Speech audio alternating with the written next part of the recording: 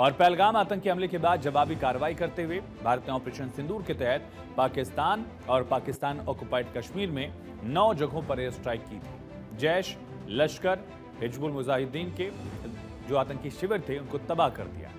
भारत ने स्पष्ट किया था कि उसने सिर्फ आतंकी शिविरों और एयर बेसेस को टारगेट किया। रिहायशी इलाकों को भारत ने टारगेट नहीं किया। जहां सिविलियंस हैं वहां भारत ने कोई अटैक नहीं किया। भारत ने बार बार क्लैरिफाई किया। और इसके बाद पाकिस्तान ने तनाव बढ़ाना शुरू किया। पाकिस्तान की तरफ से सिविलियन एरियाज को टारगेट किया गया भारत में, लेकिन जब भारत ने जवाबी कार्रवाई की तो तस्वीरें आपके सामने किस तरह से पाकिस्तान के तमाम एयरबेस जो हैं वो तबाह हो गए। उन एयरबेस को अब आपको मैप में दिखाते हैं। रफीकी एयरबेस जो पाकिस्तान का है, मुरीद airbase, Chaklala airbase, Rahim Yar Khan airbase, Sukkur airbase, Shahbaz airbase, यहाँ तक कि सरगोधा एयरबेस जो फ्रंट लाइन पर पाकिस्तान का ये एयरबेस है, इसको भी नेस्तनाबूद किया गया। इसी तरह से स्ट्रिप है उसको तबाह कर दिया गया। और सबसे अहम रहा रावलपिंडी में नूर खान एयरबेस को तबाह करना। रावलपिंडी बेहद अहम शहर है पाकिस्तान का, इस्लामाबाद से ठीक सटा हुआ ट्विन सिटीज कहा जाता है। और रावलपिंडी में नूर खान एयरबेस से आखिर ऊंची ऊंची लपटें दिखाई दी, धुएं का गुबार दिखा और कई बार धमाकों की आवाज वहां सुनी गई। ये स्पष्ट हो गया कि रावलपिंडी के इस एयरबेस पर भारत की स्ट्राइक से तबाही का मंजर चौतरफा नजर आया है। और एयरबेस के अंदर की भी जो तस्वीरें हैं वो आप देख सकते हैं किस तरह से अलग अलग जगहों पर मलबा है। और ये इतना गहरा गड्ढा हो गया कि यहाँ से कोई भी फाइटर जेट पाकिस्तान का उड़ भी नहीं पाएगा। भोलारी एयरबेस की तस्वीरें देख रहे हैं आप किस तरह से काफ़ी दूर से ही पाकिस्तान के लोगों ने ये वीडियोज़ बनाए हैं जहाँ धुएं का गुबार देखा जा सकता है। और काफ़ी देर तक ये धुआं जो है यहाँ देखा गया। ये इस्लामाबाद के ठीक बगल की तस्वीरें हैं, रावलपिंडी की तस्वीरें, जहाँ पर पाकिस्तान का आर्मी हेडक्वार्टर है। ये नूर खान एयरबेस से प्रधानमंत्री शहबाज शरीफ का जो आवास है वो 25 किलोमीटर की दूरी पर भी नहीं है। यानी नूर खान एयरबेस पर जो धमाके हुए होंगे उसको शहबाज शरीफ ने अपने घर से भी सुना होगा। और आसिम मुनीर जो कि आर्मी हेडक्वार्टर में भी इसके धमाकों की आवाज़ सुनी होगी, जो कुछ ही कदम की दूरी पर यहाँ से है। तो भारतीय फौज के दम के आगे पाकिस्तान हैरान हो गया, परेशान हो गया।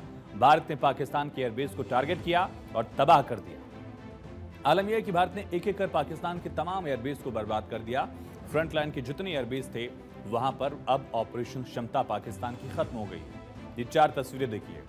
तस्वीर है रफीकी एयरबेस की, शहबाज एयरबेस की, मुरीद एयरबेस की और साथ ही सरगोधा एयरबेस की। इन तस्वीरों को देखकर आप समझ सकते हैं कि पाकिस्तान पर कितना बड़ा काउंटर स्ट्राइक जो है भारत की तरफ से किया गया। रफीकी एयरबेस की तस्वीर आप देखिए किस तरह से रफीकी एयरबेस में काफ़ी दूर से ही धमाके की आवाज़ लोग सुन रहे थे।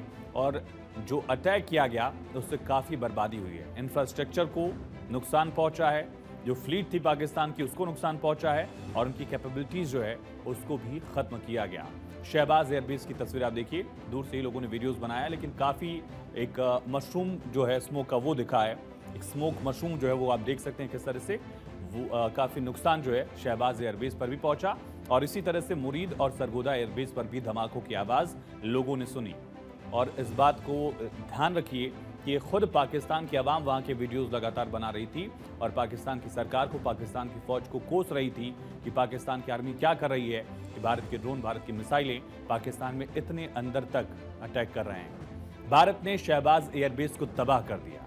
एयरबेस पाकिस्तान के सिंध प्रांत के जैकबाबाद में है। इसका नाम देश के मौजूदा प्रधानमंत्री शहबाज शरीफ के नाम से मेल खाता है।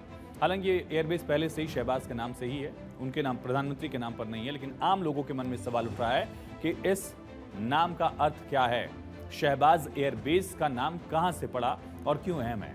सबसे अहम ये है कि GF-17 का जो अहम मेन बेस है ये इसी एयरबेस से ये फ्लीट जो है ये ऑपरेशनल है, ऐसी जानकारी है।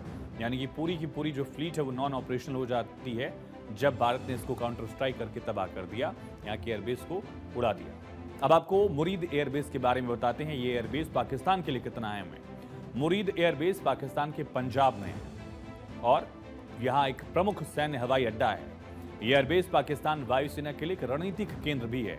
इसका उपयोग हवाई रक्षा, प्रशिक्षण और युद्धक अभियानों में पाकिस्तान करता रहा है। अब आपको सुकूर एयरबेस के बारे में भी बताते हैं। सुकूर एयरबेस इंपॉर्टेंट क्यों है।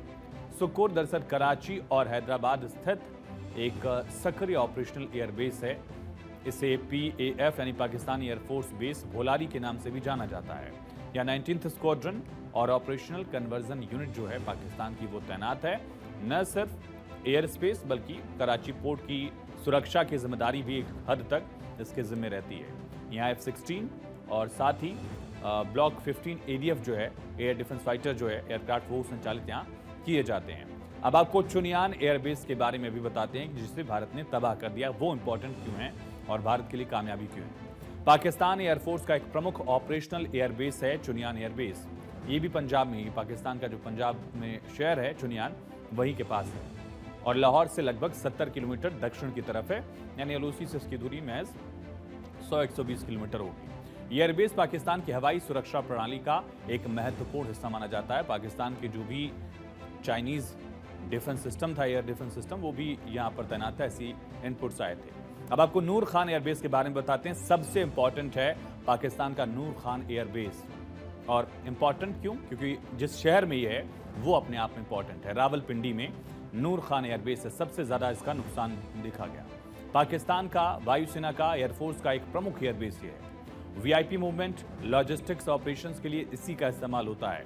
उच्च स्तरीय सैन्य उड़ान और विशेष मिशन के संचालन में इसकी अहम भूमिका है और ये एयरबेस पाकिस्तान एयरफोर्स के लिए लाइफलाइन कहा जाता है, क्योंकि यहीं पर आर्मी का हेडक्वार्टर है और बगल में है इस्लामाबाद। अब आपको बताते हैं रफीकी एयरबेस के बारे में।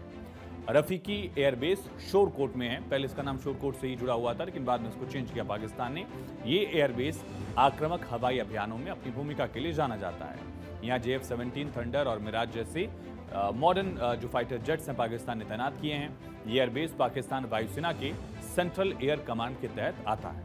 यानी पाकिस्तान में तमाम एयरबेसेस को भारत ने तबाह कर दिया। पाकिस्तान की पूरी फ्रंट लाइन जो है एयरबेस की वो खत्म हो चुकी है। ऑपरेशनल क्षमता पाकिस्तान एयरफोर्स की खत्म हो गई थी। पाकिस्तान में भारतीय सेना ने जबरदस्त तबाही मचाई, इसके नतीजे दिख रहे हैं। लेकिन चीन का हाथ किस तरह से है उसके बारे में भी बताएं, उससे पहले आपको दो तस्वीरें दिखाते हैं। ये दो तस्वीरें शहबाज एयरबेस की आपको दिखाएंगे कि भारत की तबाही का मंजर कैसा है। ये आप देख रहे हैं सैटेलाइट इमेजेस जो है, ये एयर स्ट्रिप वाला हिस्सा आप देख रहे हैं जो यूज किया जाता है फाइटर जेट्स की तरफ से टेक ऑफ में, लैंडिंग में। और उसके बाद का जो मंजर है, भारत की स्ट्राइक के बाद का मंजर जो है, पूरा एयरबेस जो है वो तबाह हो चुका है। कहीं हवाई पट्टी नजर नहीं आ रही है, कहीं इंफ्रास्ट्रक्चर नजर नहीं आ रहा है। पूरी की पूरी जो एयर स्ट्रिप है वो खत्म हो चुकी है। बड़े बड़े गड्ढे जो हैं वो देखे गए हैं। और इस स्ट्राइक से पहले आपको पूरा इंफ्रास्ट्रक्चर जो है वो आपको दिखेगा किस तरह से एयर स्ट्रिप है। पूरा आसपास का एरिया जो है वो डेवलप किया गया था एयरबेस में, जिस तरह के इंफ्रास्ट्रक्चर होते हैं। और उसके बाद अब तबाही का मंजर। एक और तस्वीर आपको दिखाते हैं। ये तस्वीर उतनी क्लियर नहीं है, जाहिर है पाकिस्तान अपनी एयरबेसेस की तस्वीर, सैटेलाइट इमेजेस भी कोई भी देश जो है उसको पब्लिक डोमेन में नहीं जाने देता है बहुत बार। तो ये पाकिस्तान की एयर स्ट्रिप, लेकिन आप फिगर आउट कर सकते हैं जो पूरा एरिया है। लेकिन पॉसिबल रनवे डैमेज की बात कही जा रही है, क्योंकि आपको इस रनवे में एक बड़ा सा हिस्सा जो है वो टूटा हुआ दिखेगा। अगर आप देख पाएं, ये वाला जो हिस्सा है ये पूरा हिस्सा टूटा है। अब यहाँ से न टेक ऑफ हो सकता है, न ही कोई फाइटर जेट जो है वो लैंड कर पाएगा। एक बड़ा डैमेज जो है भारत के स्ट्राइक में पाकिस्तान के सरगोधा एयरबेस को भी, एयर स्ट्रिप को भी पहुंचा है। पहली तस्वीर तबाही के पहले की है और दूसरी तस्वीर है तबाही के बाद की। भारतीय फौज ने शहबाज एयरबेस को बर्बाद कर दिया। इसी तरह से सरगोधा एयरबेस को भी भारत की तरफ से स्ट्राइक में पूरी तरह से तबाह कर दिया गया है। तस्वीर अटैक के बाद की भी आप देख रहे हैं। अब आपको नूर खान एयरबेस की तस्वीर दिखाते हैं। सबसे इंपॉर्टेंट पाकिस्तान का ये एयरबेस है। पहले कैसा था? देखिए, तस्वीरें धुंधली जरूर हैं, क्योंकि कोई भी देश, जैसा हमने आपको बताया, कि अपने किसी भी मिलिट्री इंस्टॉलेशन की तस्वीरें पब्लिक डोमेन में नहीं लाना चाहता है।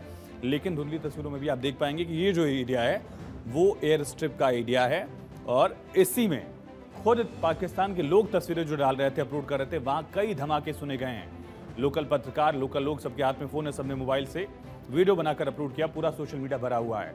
रेफरेंस इमेज के लिहाज से आप समझ सकते हैं कि जो बीच वाला पोर्शन है वो पूरी तरह से डैमेज है। एक बड़ा इम्पैक्ट जो है, बंसकार यानी कि बड़ा इम्पैक्ट जो है वो यहाँ पर देखा गया। और जो तस्वीरें आप देखेंगे उसमें भी एक क्लाउड जो है, मशरूम क्लाउड, वो दिख रहा है। काफ़ी तेज़ धमाकों की आवाज़ सुनाई देती है और 2-3 धमाके हो रहे हैं।